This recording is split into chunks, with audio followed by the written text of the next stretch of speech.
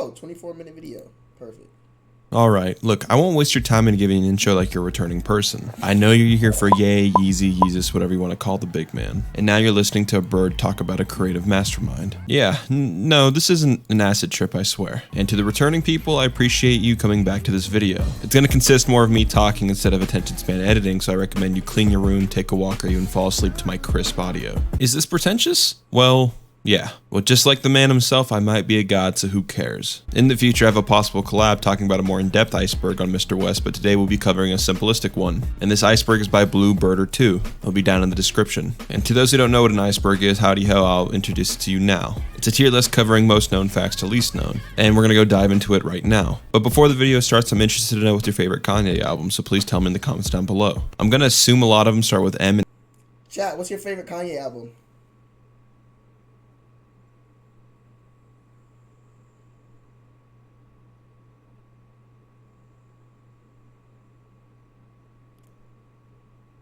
Graduation, MBD, or MBTDF, college.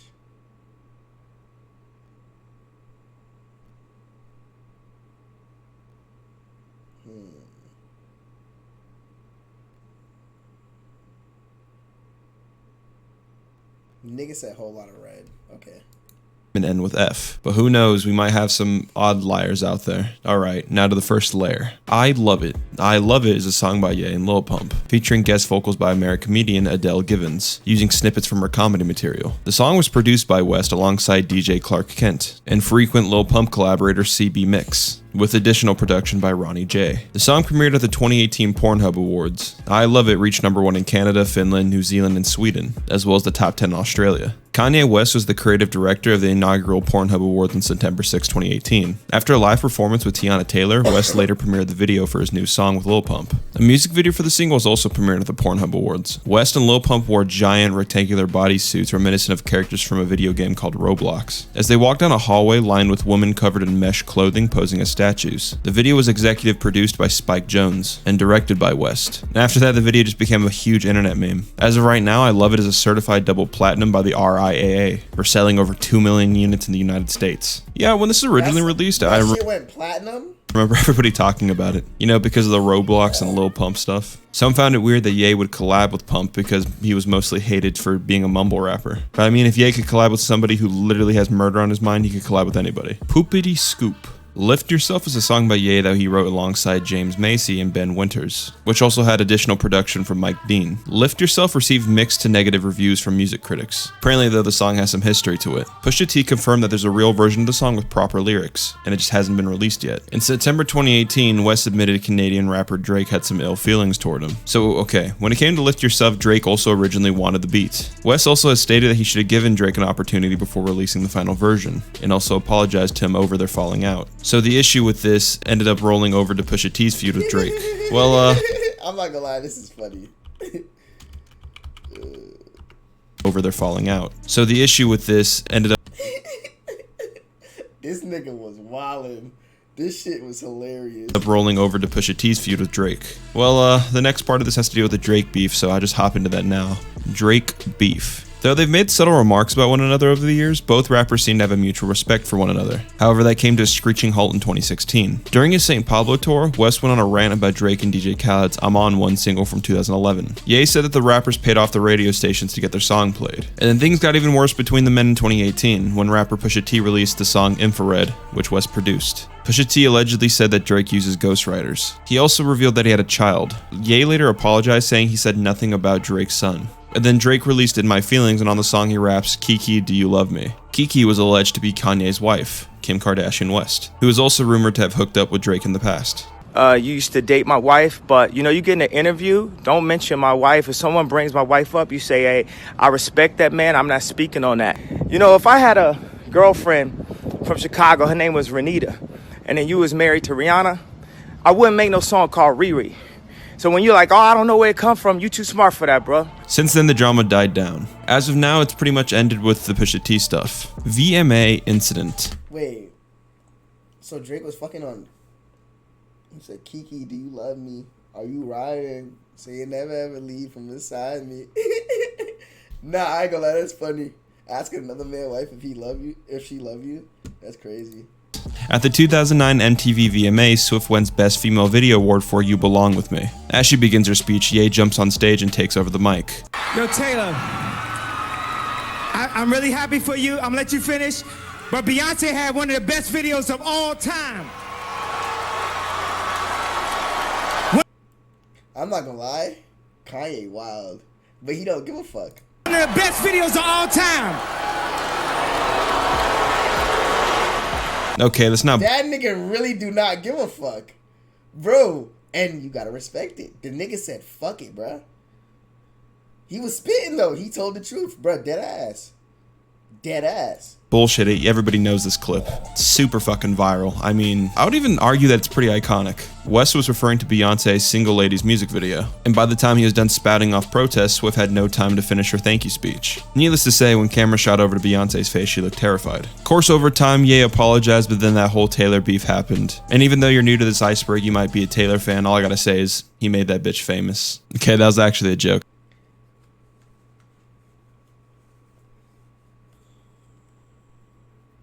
Y'all think that boosted her career?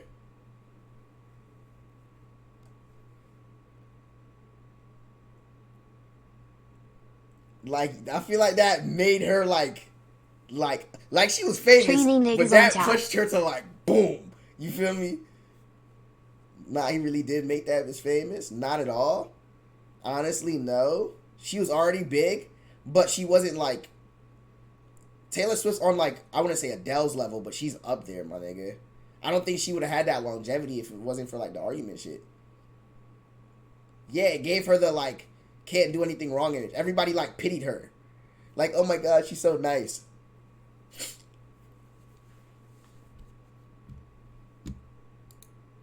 But I'm interested in your thoughts. Out of all the beef with Kanye and Taylor, do you think Kanye's in the right or wrong? Also, that was the first layer of this iceberg. Cool for you to still stick around. Let's get to the second one. Through the Wire performed with his jaw wired shut. Through the Wire is the debut single by Kanye West. West wrote and recorded the song with his jaw wired shut after a car accident in October 2002. The song samples Chaka Khan's 1985 single Through the Fire and was released on the last day of September 2003 as the lead single for his debut album, The College Dropout. Through the Wire peaked at number 15 on the Billboard Hot 100 and received positive reviews. It was certified platinum and silver in the United States and United Kingdom. The song was nominated for the 2005 Grammy for Best Rap Solo Performance, but then it lost to Jay-Z's 99 Problems. The music video was financed by West, who was inspired by an Adidas advertisement. It won Video of the Year at the 2004 Source Hip Hop Awards. Accusations of Kim cheating. So, yeah, there was accusations that Meek Mill had an affair with Kim Kardashian. Ye accused Kim of this on Twitter during what appeared to be a bipolar meltdown, as he revealed with Kim Kardashian. Ye accused Kim of this on Twitter during what appeared to be a bipolar meltdown, as y'all think Meek pipe? he revealed that he's been trying to divorce her due to the alleged fling. I've been trying to get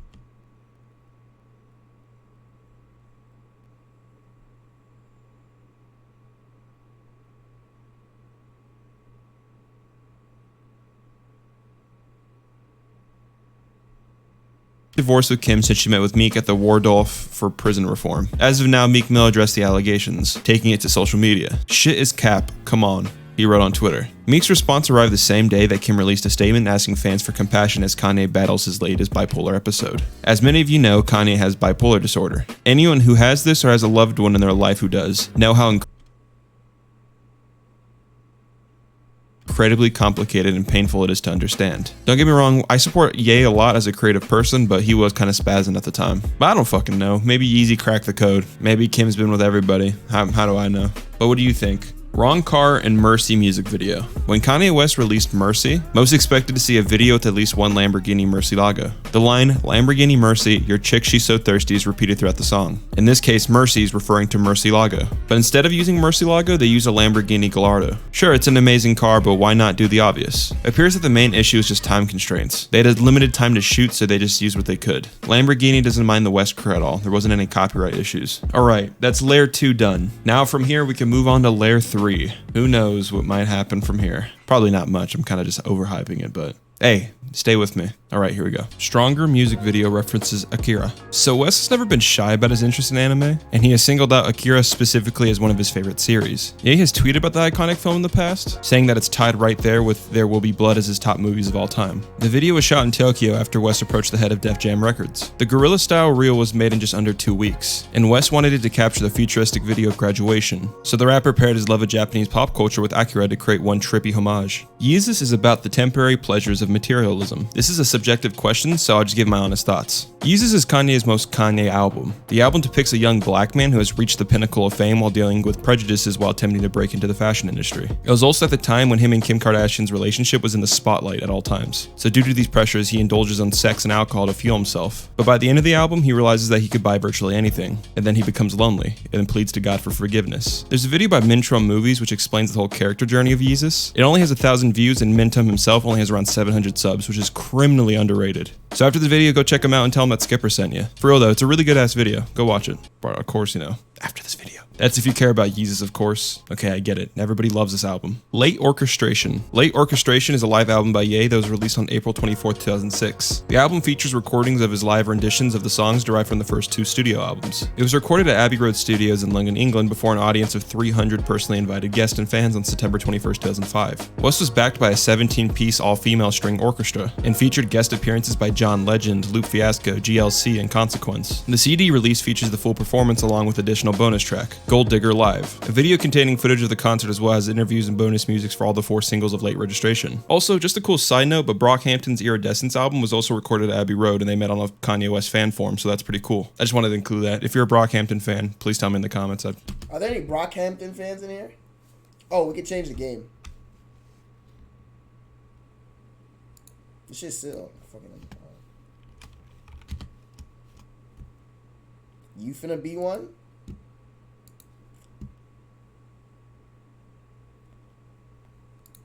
Fucking love those guys. All right, so we just finished the 3rd layer of the iceberg, and if you're still with me, that means a lot. Don't click off now, you have to ride through this whole wave with me. So let's continue. Unreleased music. Of course, when it comes to Ye, he tends to cap when it comes to the release of music. But no, guys, I swear, Yondi's coming out 9/28/18. He promised, guys, it's coming out. But yeah, let's go over some of the unreleased music. Wolves is the name for the Drake-Kanye joint album teased from 2015 to 2016. Unfortunately, Kanye and Drake aren't a great combination. Kanye's a fantastic producer for Drake's 2011's Find Your Love, and it worked perfectly. Sometimes I still think about Lift Yourself and how good it might have been, but a joint album from both would have been kind of hard. It would have been strained, cringy, and even include some passive-aggressive bars at each other. Kanye is the best when hot temper pairs with the cold killer. That's why Kanye and Jay-Z are a great duo. Yeezus 2 isn't Yandhi. Yeezus 2 is a hypothetical album composed of 6 to 10 songs off of Yeezus. At this point, those songs are probably never coming out, and I even assume that the best ones ended up on Yeezus. Champions is a release single from Cruel Winter in 2016, but we've heard nothing since. TurboGrafx 16, announced in a now deleted tweet after the release of 2016's The Life of Pablo. This project has generated its own mythology among Kanye fans, mostly because of its endearing title, and the video game soundscapes. Unfortunately, we've heard nothing more than sketches. The songs that leaked had collaborations with Young Thug and A$AP Rocky, but it just never progressed beyond the alpha build. At least we could enjoy the pixelated fan art. And at one point, TurboGrafx became Love Everyone, the album that Kanye infamously played at TMZ then scrapped after he said, "About slavery for 400 years?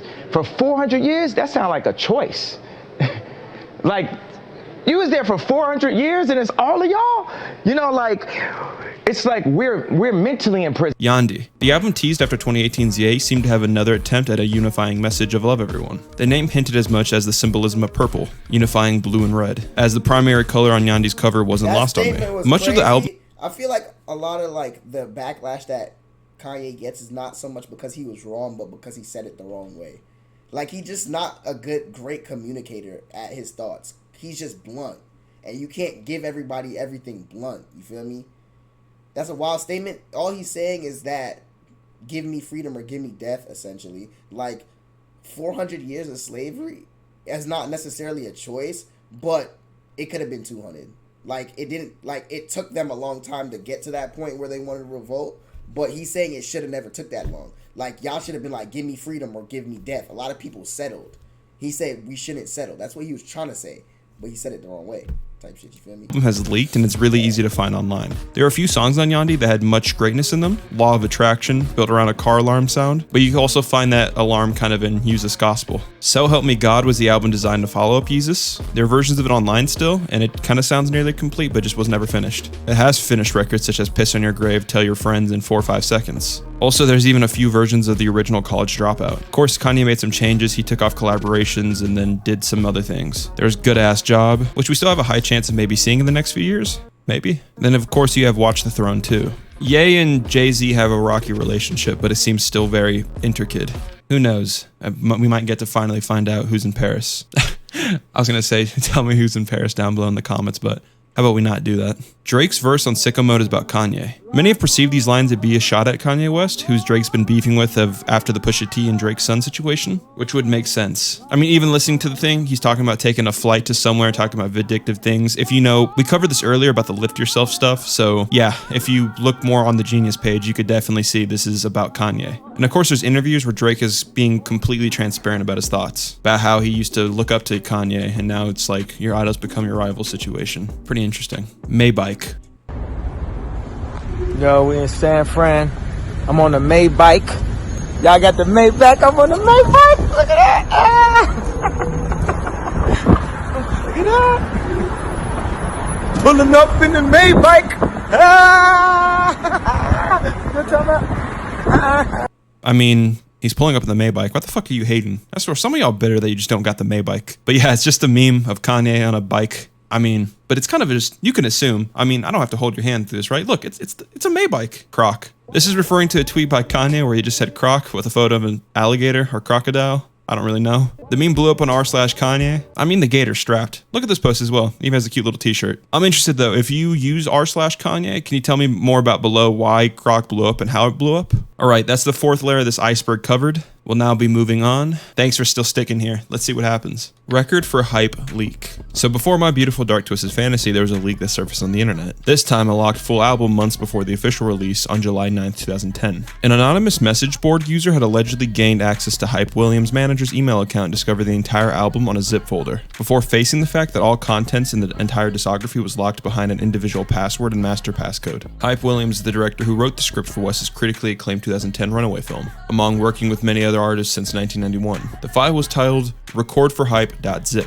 Since that day, there's been numerous attempts at cracking the contents of the lock folder, from attempting to read waveforms and compressed audio files to uncovering audio length guesses from the file sizes. Attempts at cracking the leaked album were recorded immediately after the initial leak in 2010, and then again in 2011, 2013, and most recently 2017. The 2013 attempt, spearheaded by fans from the fan forums of Kanye West. The artwork for My Beautiful Dark Twisted Fantasy was created by George Kondo, depicting West being straddled on a bed by a winged, armless phoenix. And the much sought out early copy of My Beautiful Dark Twisted Fantasy has feared to be gone forever. Then came the obscure, tight-knit, memeing, devoted fan groups of r/Yandhi leaks on Reddit. Kanye leak trackers on Discord made a last-ditch effort to help find this, and on July 26, 2020, the entire album was unlocked. Just 6 hours of this last-ditched appeal was posted on Reddit. The master passcode that secured the whole album for 10 years was "We Want Money." An anonymous user on 4chan by the name 76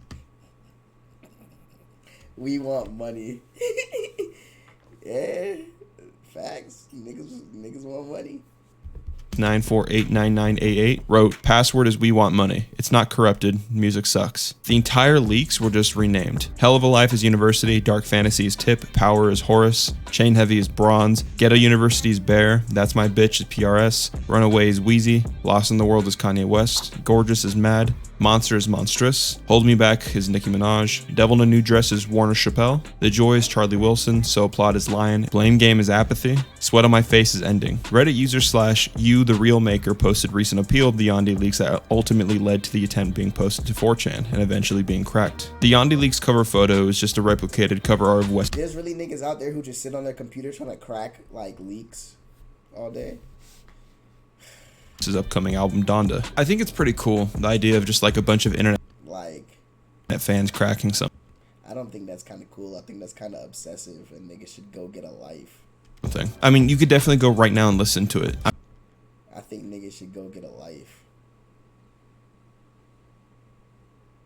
I mean, It's pretty interesting. I'm gonna assume a lot of people watching this might just be mainstream fans and didn't even know about this. But yeah, if you don't know that much about Kanye, I recommend you go on Reddit and try to find it. Mama's Boyfriend. So My Beautiful Dark Twisted Fantasy was released on November 22nd, 2010 with Mama's Boyfriend absent. An alleged final version of the track was uploaded online on June 2011. Wes's label, Universal Music, acknowledged the authenticity of Wes's vocals but dismissed the instrumental portion of the track. As of 2019, no complete version of Mama's Boyfriend has ever surfaced. Whether produced by Madlib, Q-Tip, Soulja Boy, or anyone else, fan recreations are regularly posted across the internet, but all have been dismissed as hoaxes. Although given the size of Kanye's fandom, unreleased music is regularly leaked and compiled online. Kanye allied with Trump to gain political power. I think this is just not true. Even from ideologies, Kanye and Trump have very two different perspectives. If you've ever watched the Charlemagne interview with Kanye, he explains about why he fronted Trump and how it's kind of more of a dig at Obama compared to actually agreeing with Trump. He just liked the idea of being heard by a president. Also, when it comes to political power to begin with, Kanye doesn't really have any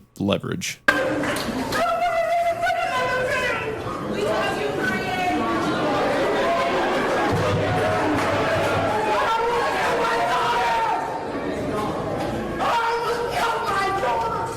He's mostly seen as just crazy to some people, or it's... Wait, what was that?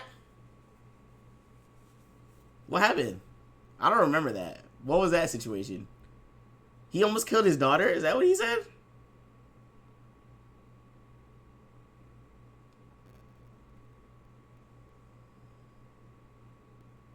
He was talking about abortion?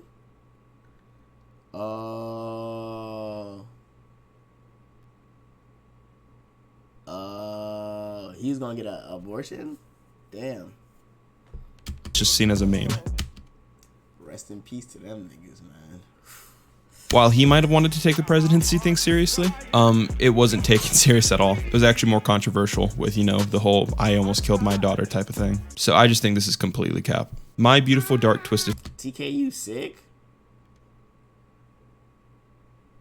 Fantasy has layered lyrics / meanings. I mean, yes, absolutely. Absolutely. So My Beautiful Dark Twisted Fantasy, of course, is considered to be Kanye's best I'm not gonna lie. Y'all niggas be tripping. A life never lived can't be a life missed. So I don't get it. It's like y'all making it seem like they would understand what was going on anyways.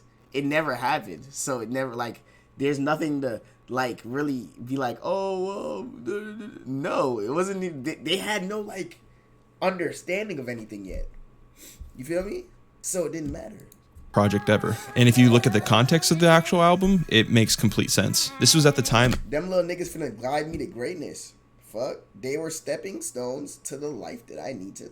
Listen, had they been brought about, I probably wouldn't be the man I am today. Y'all wouldn't be watching me, so. After the VMA incident, so he was hated by everybody in the media. He had no choice but to actually just make the best thing he could. Even when listening to like Runaway, once again, it's talking about himself. It's about how Kanye was this stressed individual, how this was his final chance. He was hated by the world and he had nothing to do but to prove himself. It's intertwined with complete things. It's a chaotic masterpiece. Of course, you have Anthony Fantana who would disagree, but I don't know, he's bald and fucking stupid, so who cares? I shouted out Mintra on movies earlier, I'm gonna do it again. He made a video on My Beautiful Dark Twisted Fantasy, so go watch that and tell him I sent you. So from here, we're gonna move on. Thanks for sticking. David Bowie conspiracy. So yeah, there's a conspiracy that Kanye West is David Bowie. According to some music conspiracy theorists, his destiny was to become one of music's most innovative, controversial figures. And this was determined long ago, back in 1972, exactly 5 years before he was even born. That was the year that the late David Bowie released his semi-rock opera album, The Rise and Fall of Ziggy Stardust, also Spiders from Mars. And that's where Bowie had his alter ego of Ziggy Stardust, with the flaming red hair and not so earthly origins. So it says that David Bowie said that like in 5 years his biggest star would be born, and then 5 years later Kanye West was born.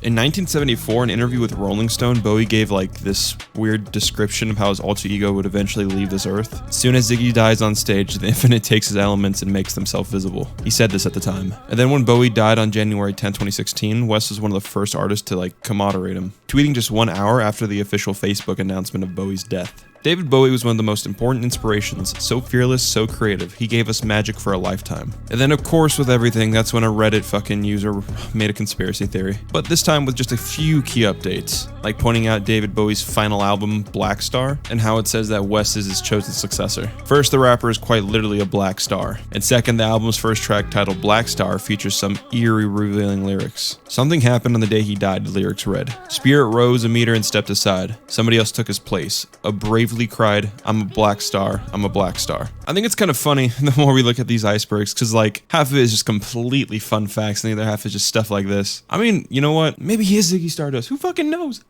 I crack one of that. Chick-fil-A. So yeah, Kanye's been sitting around with like the owner of Chick-fil-A doing some stuff. He made closed on Sunday. I mean, I guess man's just likes Chick-fil-A. Personally, I don't really eat that much Chick-fil-A. Had it a couple times when I went down like to California, but ain't Kanye beefing with Steve Harvey now too? I'll be right back. I gotta get something to drink.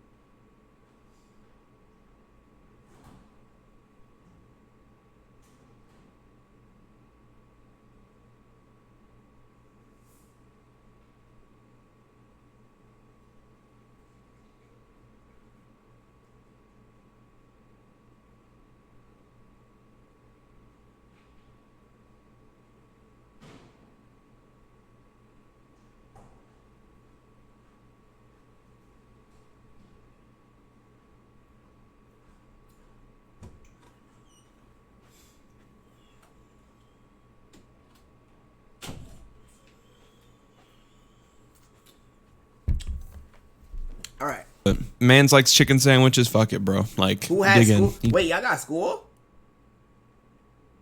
Damn. Y'all can't even do the 16-hour with me. That's tough. Josh is fighting the final boss. Can I watch him? Definitely can afford that shit, that's for sure. I don't know what this is more referring to, because with this iceberg, I'm gonna assume the worst faith. I don't know, he probably fucking shot up a Chick-fil-A or something. Chick-fil-A gave him the powers of rapping. At this point with some of these goddamn theories, this is like not that far of a reach. If you know anything relating to more of Kanye's Chick-fil-A, tell me down in the comments. But that's it with this lair. This is this is a short ass lair. I don't know what to say, but yeah, I guess we're gonna go to the next one. Every copy of Jesus is King is personalized. This is referring to a tweet by Def Jam Recordings where you could customize your own personal copy of Jesus is King.